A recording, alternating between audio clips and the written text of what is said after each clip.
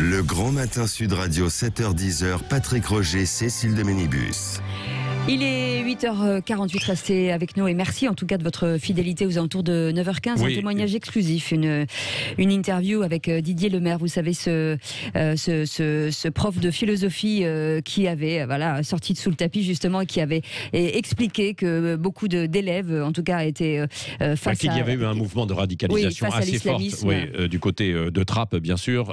Lui il a vu monter en puissance à partir de 2004, c'est ce qu'il raconte dans son livre que j'ai pu en fait lire. Et qui va être publié, qui va être en librairie aujourd'hui. Et puis ensuite, il raconte aussi qu'à partir de 2015, il a vraiment senti un basculement. Et dans l'éducation nationale, on a envie de mettre évidemment la poussière sous le tapis, mais en même temps, il le comprend, il le dit. C'est extrêmement délicat. Lui vient de la gauche, il se sent toujours en fait à gauche, mais républicain. Mais un peu lâché, donc c'est courageux. Ouais. Il sera avec nous en fait tout à l'heure. Avant ça, les grands débats aussi du matin. On l'évoquera peut-être avec Françoise Degois et Philippe Bilger. Et puis les auditeurs aussi. Tenez, parce qu'ils ont la parole, vous le savez, sur Sud Radio. Et il y a notamment, je crois que c'est Yves qui voulait parler des élections. Il commence à en avoir ras-le-bol déjà de la campagne. C'est ça, Yves? Bonjour Yves. Oui, bonjour. Bonjour Yves. Oui, ça part très très mal, mais bon, ça fait longtemps que ça part très très mal. Oui. Le problème, c'est qu'on nous engage toujours vers une voie qui n'est pas celle de la République. Moi, je veux dire, passer mon temps à parler de sécurité, je suis désolé, c'est pas la sécurité publique le problème. Quand on entend des syndicats de policiers qui disent que pour justifier la mort d'un gamin de 14 ans à Marseille, c'est la faute de l'école, je suis désolé, mais là on a touché le fond là. Donc, il y a un gros problème dans notre société, ça remonte aux années 90, quand on a marqué la fin des idéologies. On a dit qu'il fallait plus faire d'idéologie en politique, c'est une énorme bêtise, évidemment, parce que ça a introduit ce genre de choses. Moi, je veux remettre du sens, j'aimerais qu'on remette du sens dans le débat public, et si on parle d'insécurité, je voudrais qu'on parle de l'insécurité sociale. Des deux, quoi, c'est ça, c'est-à-dire, vous dites... Non, si vous mettez de l'insécurité sociale dans notre pays, vous aurez de l'insécurité publique. Voilà, c'est ça. Voilà, ça va ensemble. Donc, on n'a plus de contrôle sur la manière dont est dépensé l'argent public. On n'a plus de contrôle sur la façon dont l'élection est faite, comment elle est suivie dans le débat démocratique. Je vous rappelle qu'aujourd'hui, le débat démocratique, c'est risquer de recevoir une balle de LBD dans un œil. C'est ça l'expression démocratique. On nous demande juste de voter, et en plus de bien voter, s'il vous plaît. Parce qu'il y aurait des votes qui seraient bien et puis des votes qui seraient mal. Voilà ce que fait aujourd'hui la République. Alors moi, je suis désolé, j'ai vraiment un gros coup de gueule aujourd'hui. Non, mais... Votre invité de ce matin, Monsieur Dussopt, est la caricature exacte de ce qu'est l'homme politique en 2020, l'homme ou la femme politique en 2021, pardon. Voilà. Et comment on peut se prétendre de gauche et dire je vais voter pour Macron? Non mais là, on touche encore le fond. Moi, je voudrais que tous ces gens-là qui se prétendent de gauche... Bon, coucou, Madame Degois. Salut, Yves. Je bois du petit lait depuis 10 minutes. Là, je vous écoute. Pas 10 minutes, 3 minutes. 3 minutes. Voilà, ça fait 10 minutes tellement c'est chaud à mon cœur. Continuez, Yves, et puis vous allez pouvoir dialoguer encore avec Françoise et Philippe Bilger aussi. Oui, moi, je voudrais que ces gens-là relisent Jean Jaurès, merde. Bien sûr. Voilà. Je voudrais que ces gens-là comprennent ce qu'est le combat social. Pourquoi Léon Blum a créé des réformes sociales? Pourquoi ce pays avait besoin justement de rééquilibrage? Je vous rappelle que la Révolution française a été dominée par l'appareil bourgeois, c'est vrai, c'est une réalité, mais qu'il a été construit grâce à la lutte ouvrière. Alors Yves, Françoise est plutôt d'accord avec vous. Philippe Bilger, quand vous entendez Yves et Françoise tout à l'heure qui nous disait ça aussi dans son édito, et on va continuer d'en parler dans un instant, quelle est votre réaction, vous? Françoise boit du petit lait. Moi, quand j'entends Yves, c'est une potion amère. Je veux dire, c'est tout de même assez singulier d'avoir cette vision purement manichéenne de la réalité sociale et soutenir, par exemple, que l'insécurité sociale entraîne forcément l'insécurité publique. C'est une vision de gauche. J'admets bien volontiers qu'il peut considérer qu'aujourd'hui, il n'y a plus de gauche authentique, mais il n'en n'empêche que son discours est assez inquiétant de mon point de vue. Bon, de votre point de vue. Françoise, et puis Yves de nouveau qui a la parole. Yves rappelle la réalité. Toutes les grandes conquêtes, tout ce qui s'est gagné socialement pour l'égalité des droits, l'égalité salariale, le progrès social, ça n'est jamais la droite. Ça a toujours été la gauche, ça a toujours été la classe ouvrière, ça a toujours été ce combat. Jamais quelqu'un s'est assis à la table en disant vous pourriez m'augmenter, on pourrait avoir les congés payés, et en face, oui, bien sûr, les maîtres des forges, allez-y. Pas du tout. C'est une lutte idéologique. Moi, je suis comme Yves, je considère que l'idéologie n'est pas sale. Vous comprenez ? Quand on vous dit vous êtes une idéologue, généralement, c'est quand on vous dit vous êtes une sale gauchiste. Zemmour est un idéologue. Des idéologues de chaque côté, moi, bien sûr. Je crois que, je vous le redis, ma conviction, c'est que nous regardons sur l'immigration parce que c'est l'obsession médiatique. La réalité, c'est que je suis certaine que la présidentielle se fera sur quelque chose qui a plus de sens et qui est la vie chère, les inégalités sociales, parce que toutes les présidentielles, en réalité, se gagnent toujours sur ces thèmes-là. Yves et ensuite Philippe Bilger. Yves. Oui, alors Monsieur Bilger, non, c'est pas une vision manichéenne. D'accord, je suis de gauche, certes, mais je suis de gauche et je suis républicain.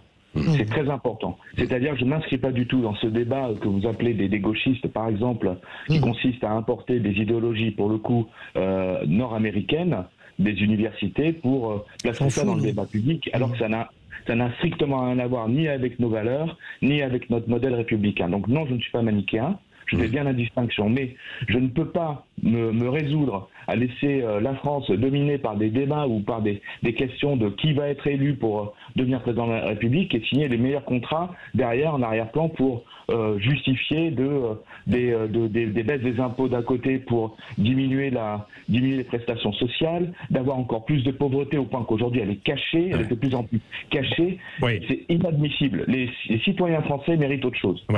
Yves, voilà, c'est important d'entendre en fait tout le monde. Il y a un autre auditeur, il sera avec nous dans un instant, qui lui veut parler justement de la sécurité. Je vous propose de faire une petite pause. C'est super. Bien sûr. C'est super évidemment parce que toutes les idées sont sur la table. Moi j'adore. Et Sud Radio, ça doit être ça. Parlons vrai. En fait, on doit tout dire, quoi. Bien sûr. Yves, vous restez avec nous. Hervé dans un instant. Philippe Bilger, Françoise Degois. Et puis je vous le disais aussi, notre rendez-vous tout à l'heure, lettre d'un hussard de la République. Et puis restez bien à l'écoute parce que juste avant 10h moins le quart, la France à vos côtés comme chaque matin, où nous sommes là pour relayer des idées, des combats et être véritablement à vos côtés dans la vie de tous les jours. Et là, cette fois-ci, nous serons à côté des sinistrés, parce qu'on a une pensée pour eux dans le Gard et un petit peu plus bas aussi dans l'Hérault, Cécile. Absolument, non. On restera dans le Gard tout à l'heure avec un viticulteur qui aujourd'hui visite sa fille qui a 1,30 m d'eau chez elle, donc plus d'eau, plus d'électricité, plus rien. Et puis Joël Thénat qui est maire aussi d'une petite commune qui s'appelle le Kellar aussi, qui vient en aide forcément à ses administrés parce que vous savez que la région est très très très inondée. Oui, alors évidemment ça s'est calmé du côté de la météo. Rémi André va nous le confirmer dans un instant, mais ça a été assez terrible. Et hier, il y a eu de l'imprudence qui a conduit donc à ce bilan dramatique. 9 noyés, 9 personnes qui sont emportées par les eaux, mais qui sont allées en mer se baigner. Il y a des personnes qui sont retraitées, un petit peu plus âgées, qui profitent souvent de l'arrière-saison parce que il y a de bonnes conditions. Sauf que hier, évidemment, il y a eu des courants marins assez terribles. On a une pensée pour toutes les familles. Allez, on se retrouve dans un instant. Et n'hésitez pas à nous appeler 0800 300 300.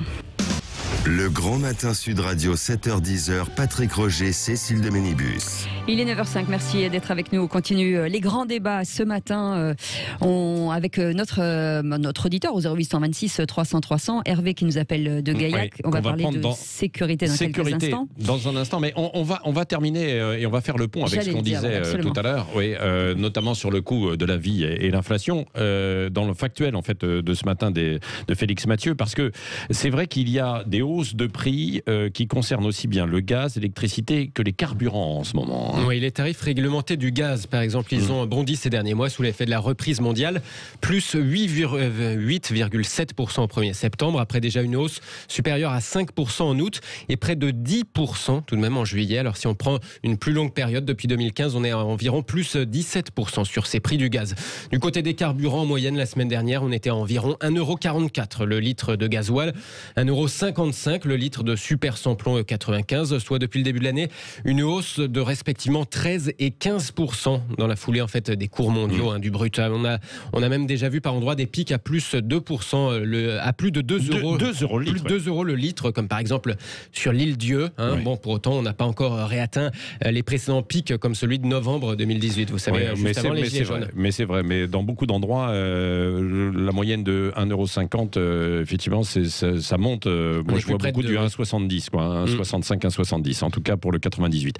Les prix de l'électricité pourraient également bondir au mois de février. Oui, ça a déjà augmenté, 1,6% en février dernier, puis 0,48% en août, sauf que, sur les marchés de gros, entre pays, entre opérateurs européens, il y a une hausse beaucoup plus conséquente. C'est notamment une répercussion des hausses des autres énergies qui influencent la demande d'électricité. Bref, 1 kWh plus cher sur le marché de gros, à terme, ça pourrait se reporter sur la facture, et ce, dès le mois de février prochain. Oui, c'est vrai. Le coût de la vie, effectivement, qui pourrait compter dans la campagne électorale, Françoise Degois, si on revient un petit peu en arrière dans les différentes campagnes, ça a compté Ça a toujours compté. En fait, toutes les différentes campagnes ont été gagnées sur le social et sur l'argent, et sur la vie des gens, la vie quotidienne des gens.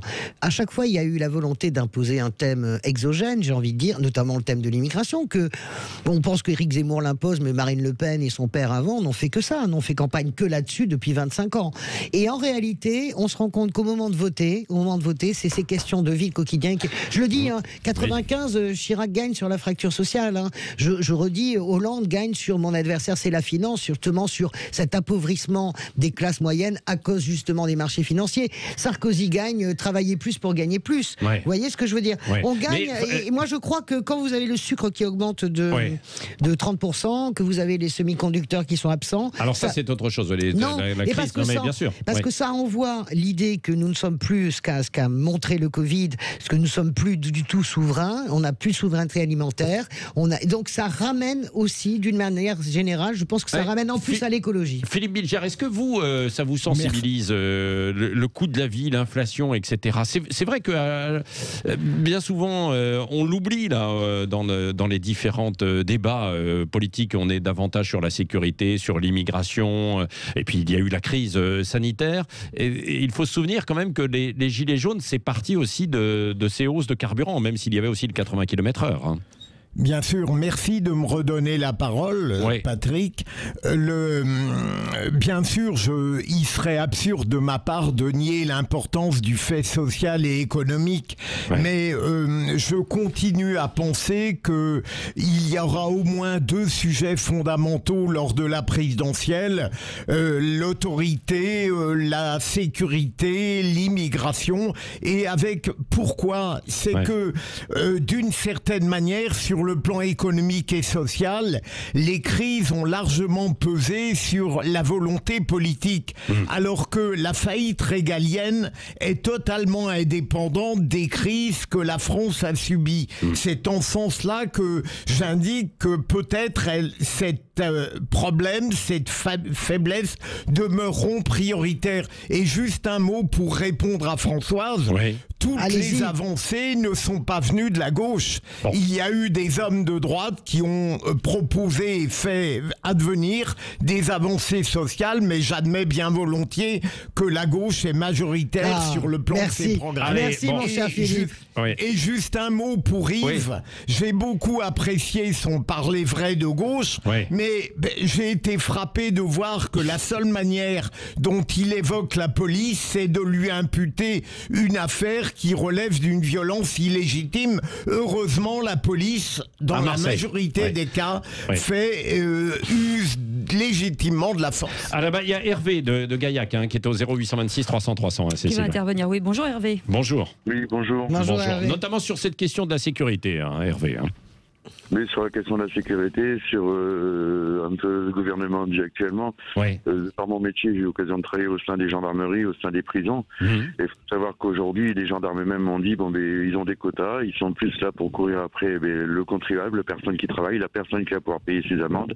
Et les petits délinquants, on les laisse un peu courir parce que quand on les arrête, c'est nous qui les supportons toute la nuit. On les amène le lendemain matin au tribunal, ils sont sortis avant nous, encore en train de faire les papiers. C'est des jeunes, ils ont déjà 3-4 condamnations, ils sont toujours pas passés et le soir même on les rechoppe. Donc ils ont un peu l'impression d'être pas trop aidés. Et la question que je me pose, c'est que la plupart de ces délinquants, sans faire de racisme ni rien, c'est que quand ils sont dans leur pays, je vais prendre un pays au hasard, l'Algérie, ils n'ont pas du tout le même comportement envers les forces de l'ordre. Ils vont avoir du respect, ils vont pas se permettre de les caillasser ou de les traiter un peu de tous les noms d'oiseaux qu'on peut entendre aujourd'hui. Donc je pense que si vraiment on voulait faire quelque chose, et bon, on devrait déjà plus de moyens aux gendarmes et à la police.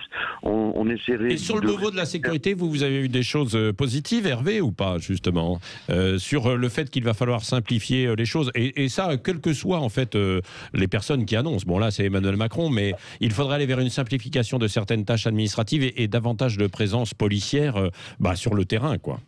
Voilà, et que les tribunaux, quitte à embaucher, mais que et la justice, un jeune qui passe un peu plus vite, qu'ils n'ont pas l'impression d'arrêter des jeunes 3-4 fois, et que ces jeunes-là, ils les rechopent le même soir, et puis qu'ils sont toujours pas passés, alors qu'ils ont 3-4 condamnations. Donc il faudrait un peu aider les gendarmes, moins de charges, c'est sûr, administratives, et que derrière, quand ils font du travail, que la justice fasse son travail aussi, et puis qu'ils voient que quand même, c'est pas pour rien.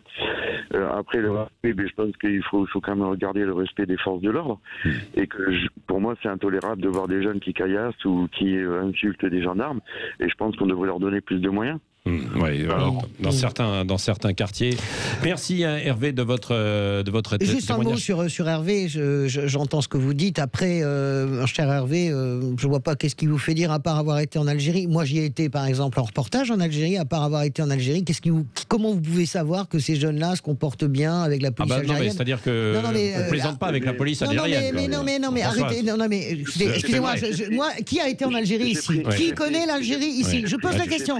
Je pose la question. Non, mais voilà. Je vous réponds, j'ai pris l'Algérie comme ça, j'aurais pu prendre d'autres pays. Voilà. C'est qu'il y a des pays quand même, en Europe, il y a des pays dans le monde où les gendarmes sont respectés, où vous ne verrez pas un jeune, même pas une insulte. Quand vous savez, en Chine, les gendarmes sont respectés parce que c'est une dictature, ça s'appelle. Vous voyez, moi, cette espèce de capacité à tout mettre dans le même sac me fait vraiment peur, parce que moi, je concède évidemment qu'il y a une violence, qu'il y a une, comment dirais-je, il y a une incivilité qui s'installe, etc. Mais on ne peut pas expliquer d'abord que c'est le problème général, étal de la France entière, ça c'est le premier point. Et le deuxième point, c'est pas le fait de 95% ou 90% de la population d'origine étrangère qui se sent aussi citoyenne que vous, mon cher non, et mais moi. C'est pas ce qu'il a dit. Mais c'est... Et le troisième point, et je termine, pardon. C'est pas ce que j'ai dit. Super, génial. Alors si vous l'avez pas dit, j'ai pas l'entendre. Mais là où vous avez raison, là où on peut se rejoindre, c'est que je pense qu'il manque, à part le fait que je ne sais jamais quel Emmanuel Macron parle, est-ce que c'est le Emmanuel Macron de Brut ou celui qui demande des notes à Zemmour, qui dit il y a des délits au faciès, je ne sais jamais. Donc comme nous sommes face à quelqu'un qui sonne faux, objectivement on pourra se dire, vous et moi, que dans le Beauvau de la sécurité, il manque une chose essentielle, c'est la construction de places de prison. Ça ne revient pas. Ça avait été, ça avait été envisagé. Et ça, c'est un problème. Et puis je pense aussi qu'il y a d'autres solutions. Je vais être clair avec vous. C'est vrai que les jeunes de cité, attention, je ne vais pas faire l'amalgame, c'est les jeunes français qui sont en France, c'est nos français à nous. Maintenant, j'ai des enfants, j'en ai de 9 ans à 23 ans, j'en ai 5. Dites-vous bien que les jeunes de cité et tout, j'en côtoie. Et je trouve anormal que les plus grands disent aux plus jeunes, t'as 16 ans, t'inquiète pas, et c'est une courante. Tu risques rien au niveau de la justice, donc toi, va faire la ça c'est vrai, vous avez raison, 100% ok. Alors on est d'accord. Là, il faudra des. Oui, là, moi je pense qu'il y a quand même une solution et qui a marché. Je pense qu'à l'époque, il y a quelques années à Marseille, c'est que les parents touchent des allocations familiales comme j'en touche.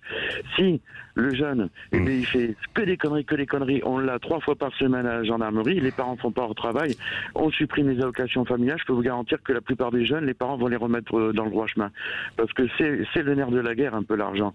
Et je trouve que il y a des parents aussi, et j'en vois au côtoie, où est-ce que, de toute façon, c'est pas grave, le gamin il a 16 ans, à 4h du matin il est encore dehors, il fait des conneries, mais nous, ça va bien. Non, mais c'est vrai. Bon, alors, ces parents qui sont parfois dépassés, bien sûr, mais ça, vous l'avez vu, et ils n'arrivent pas, évidemment, à les contrôler. Donc, c'est vrai que c'est extrêmement difficile. Un mot, Philippe Bilger, et puis ensuite, nous serons avec Didier Lemaire dans un instant, puisqu'il va évoquer justement aussi la montée de la délinquance, qui est en parallèle aussi d'une montée de l'islamisme. C'est autre chose, mais tout de même, il y a un lien.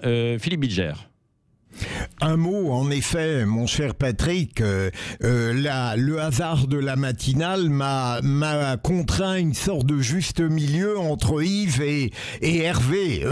Je trouve qu'Hervé a une vision qui n'est pas totalement fausse, mais peut-être un peu exagérément pessimiste de la réalité pénale et judiciaire. Et donc, bien sûr, il y a énormément de progrès à faire, mais je continue à penser, je termine là-dessus, que tous les présidents ont promis des choses avant l'échéance présidentielle, mais je n'ai jamais vu un président aborder le régalien avec un tel cynisme ostentatoire après l'avoir oublié durant 4 ans et demi. Merci pour les grands débats du matin. Philippe Bilger, Françoise Degois et les auditeurs qui ont eu beaucoup la parole ce matin, mais vous l'avez, vous le savez, 0826 300 300, vous pouvez nous appeler. Dans une demi-heure maintenant, on parlera de la France à vos côtés, et là vous pouvez témoigner justement sur les intempéries dans le Gard. Oui, si vous avez été sinistré aussi, beaucoup de maires nous appellent pour nous parler de leur commune. 0826 300 300, vous attend tout de suite.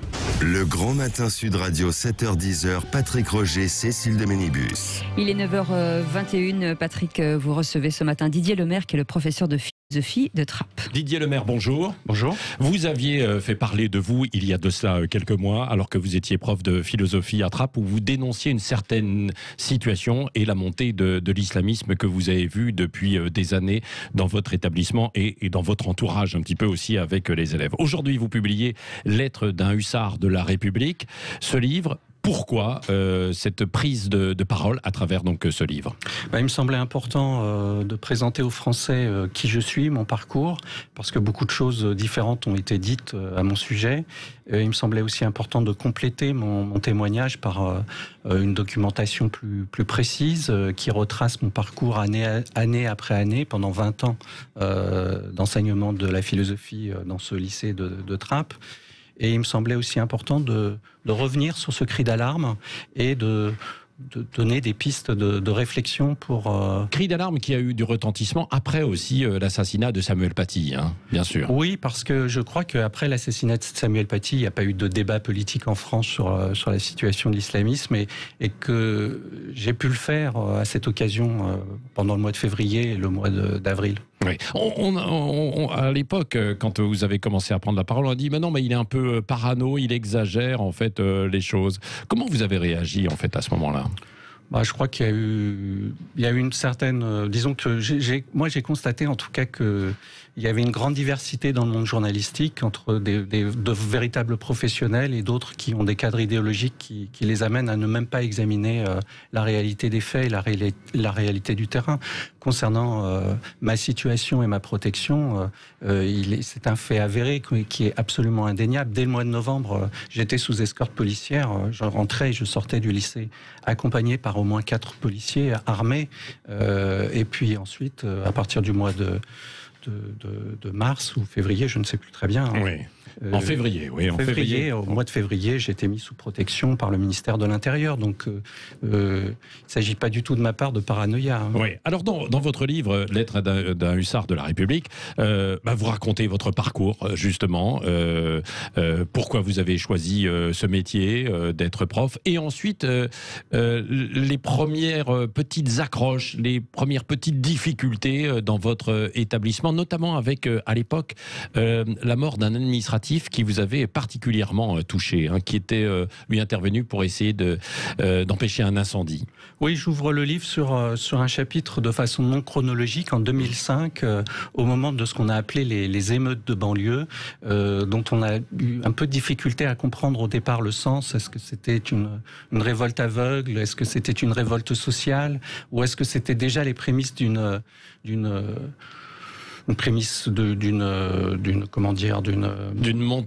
montée de l'islamisme, en tout cas d'un c'était pas que de l'islamisme, c'était aussi de la délinquance, non? Voilà, c'était un mélange de délinquance. Il y avait un sentiment quand même anti-français très fort qui dominait, puisque c'était principalement les cibles. Les cibles étaient alors principalement des cibles de bâtiments républicains, la police ou des services sociaux, les lycées. Et donc notre lycée a été attaqué une nuit. Et notre collègue qui était agent technique, le responsable agent technique, est mort suite à cette attaque. Il des voitures ont brûlé en bas de son domicile, puisqu'il habitait le lycée. C'était le seul qui habitait, ou l'un des seuls qui habitait dans l'établissement. Il était seul à l'époque, l'approviseur n'habitait pas l'établissement, et il a été d'ailleurs laissé seul, sans protection, et à un moment où quand même on savait que... Et ça c'était il y a 15 ans, et déjà à l'époque, vous en aviez parlé avec des collègues en alertant un petit peu sur la situation qui devenait de plus en plus, pas explosive, mais délicate, difficile. Oui, non et on a même déjà des signes, moi mes premiers signes c'est 2001, au moment des attentats, j'ai quelques élèves, mais c'est une toute petite fraction, mais quand même à ce moment-là j'ai des élèves qui ouvertement se réjouissent de ces attentats, et c'est le premier moment, je dirais, où je prends conscience, 2005 étant pour moi un moment où je comprends aussi l'abandon de l'institution vis-à-vis des collègues et de son personnel. Oui, et Didier Lemaire, dans votre livre, vous dites ensuite qu'il y a eu une accélération. En ce moment, il y a le procès des attentats du Bataclan.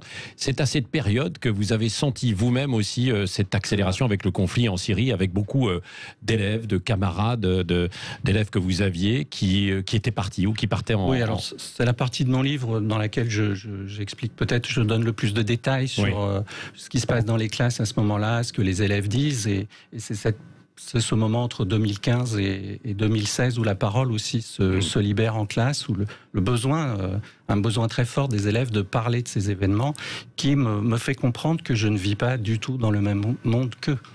Et là, vous en parlez avec vos collègues à l'époque déjà ou pas? Oui. Ou finalement, c'était déjà le pas de vague? C'était déjà le pas de vague, c'est-à-dire que souvent il m'a été, quand j'ai proposé aux collègues d'organiser par exemple des conférences sur le sujet, je me suis retrouvé vraiment très seul, voire des collègues qui m'ont dit mais tais-toi, on n'a pas envie d'avoir peur. Oui, c'était très très difficile à ce moment-là. Est-ce qu'à cette époque vous aviez, et aujourd'hui encore, des convictions politiques ou un engagement?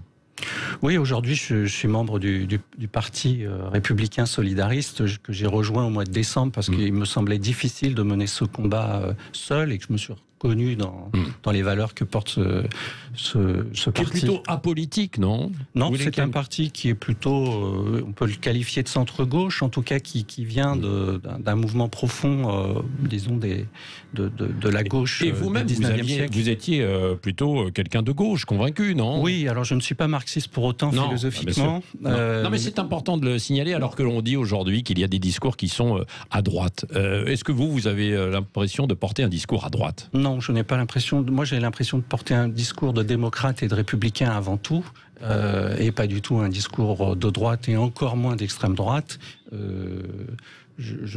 Ma famille politique, disons que dans ma jeunesse jusqu'à aujourd'hui, ça a toujours été d'être proche de la gauche, même si je n'ai pas adhéré à des partis de gauche. Auparavant. Oui. Le débat politique, comment vous le percevez, vous, en France, en fait, aujourd'hui, justement? Je pense qu'il est encore très décalé par rapport à la réalité, que j'attends que les candidats aux prochaines présidentielles évoquent ce sujet de manière sérieuse. Ils sont évoqués, là, déjà, non? Pas suffisamment. Il y a eu le projet de loi, le texte, ensuite, autour du séparatisme. Oui, mais à chaque fois, c'est une mesure qui est proposée ou une autre. Et justement, ce que je montre dans la conclusion de mon livre, c'est qu'il faudrait aujourd'hui un plan global et pas des mesures éparses qui n'auront pas réellement, je pense. Didier Lemaire, vous restez avec nous, on se retrouve dans un instant. On va aller justement sur l'appel que vous lancez à travers une lettre aux Français. Lettre d'un hussard de la République, c'est votre livre qui sort en ce moment, c'est aux éditions Robert Laffont. Le Grand Matin Sud Radio, 5h-10h. Patrick Roger, Cécile de Ménibus.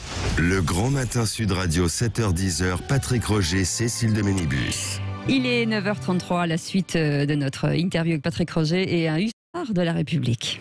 Didier Lemaire, notre invité ce matin, lettre d'un hussard de la République. Vous aviez déjà pris la parole il y a quelques mois, notamment après l'assassinat de Samuel Paty, professeur de philosophie. Aujourd'hui, sans rentrer dans les détails, vous n'enseignez plus aujourd'hui, Didier Lemaire. Hein? Non, il n'est plus possible pour moi d'enseigner sans, je pense, mettre ma vie en danger. J'ai été placé sous protection policière. Il n'est pas question aujourd'hui de revenir dans un lycée. Je pense que ce serait un service pour personne. C'est assez compliqué. Alors dans ce livre, vous racontez votre vie en fait d'enseignant et vous avez assisté, dites-vous, à la montée de l'islamisme progressivement en fait dans les classes où vous enseignez. Vous dites dans cette lettre aux Français, notre République et notre culture sont en danger. L'islamisme se propage partout sur notre sol. Qu'est-ce qui vous fait dire ça ? D'abord, dans ce constat, je ne suis pas le seul à le poser, et je dirais que c'est un constat qui existe depuis au moins les années 2000. Les territoires perdus de la République, qui est un livre qui n'a pas été écouté, le rapport de Jean-Pierre Aubin en 2004, j'ai écrit d'ailleurs en 2018 avec Jean-Pierre Aubin, je me suis adressé au président de la République pour rappeler son constat, et Jean-Pierre Aubin déjà prévoyait ce qui allait se passer si on ne répondait pas à la poussée islamiste dans certains quartiers. Donc ce constat-là, il n'est pas nouveau. Aujourd'hui, la situation s'aggrave. Je rappelle que Trappes, c'est la ville d'Europe qui a fourni le plus de djihadistes. Et aujourd'hui, les progrès du communautarisme à Trappes font que les enfants de Trappes ne se sentent plus français. Donc, dans les décennies à venir, pas tous, bien entendu. Il ne faut pas généraliser. Il ne faut pas généraliser, bien entendu. Mais le progrès de l'islamisme est tel que je pense que pour les années à venir, ça va nous poser de Oui, parce que vous dites, si nous ignorons la menace, je reprends vos termes, il paraît inévitable que les tueries se généraliseront. Aujourd'hui, on est dans une phase de ce que Gilles Kepel appelle avec justesse le djihadisme d'atmosphère, c'est-à-dire qu'il n'y a pas besoin d'avoir ni des cellules très organisées, ni des réseaux pour que des gens passent à l'acte, parce qu'ils ont déjà intégré les valeurs et le projet islamiste par Internet et par le développement du communautarisme.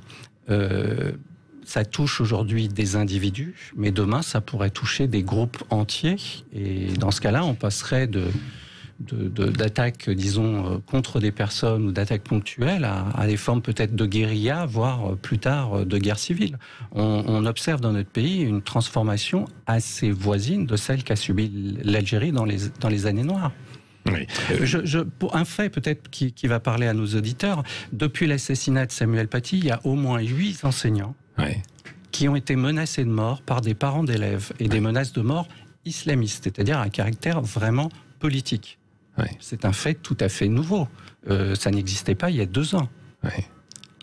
Donc ça, c'est une réalité. C'est une réalité, et qui n'est pas que... avant, on disait dans certains quartiers très franciliens. Là, alors, je peux vous donner les villes. On a Lyon, on a Le Havre, on a Nîmes, deux enseignants de Nîmes, un directeur d'école et une directrice il y a 15 jours. Pau. Est-ce que chez les enseignants, là où on disait tout à l'heure qu'il y a eu pas de vague pendant un bout de temps, il ne fallait pas parler, il y a eu Samuel Paty, vous avez pris la parole, d'autres aussi progressivement, des anciens proviseurs par exemple. Est-ce que vous avez eu des messages de témoignages justement pour dire oui, il faut parler, oui, il se passe des choses importantes dans les classes, et c'est là où ça se joue, quoi, à cet âge-là, au moment de l'adolescence, quoi.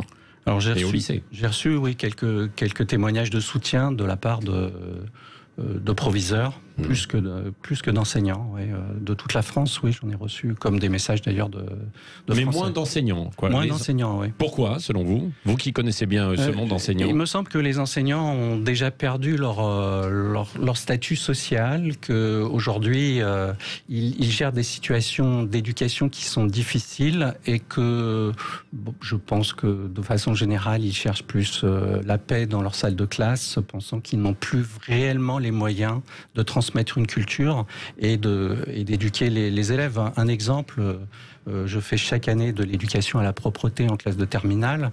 Je suis étonné de devoir le faire à cet âge-là. Oui, parce que votre livre, c'est une réflexion sur votre parcours, sur vous-même. Vous racontez les différents épisodes, notamment donc dans les années 2005 à 2015, et ensuite dernièrement avec quand vous avez pris la lumière avec votre prise de parole. Vous avez, j'imagine, réfléchi à d'éventuelles solutions. Qu'est-ce qu'il faudrait essayer d'appliquer aujourd'hui pour faire face à cette montée de l'islamisme ? Je pense qu'il faut déjà une prise de conscience nationale.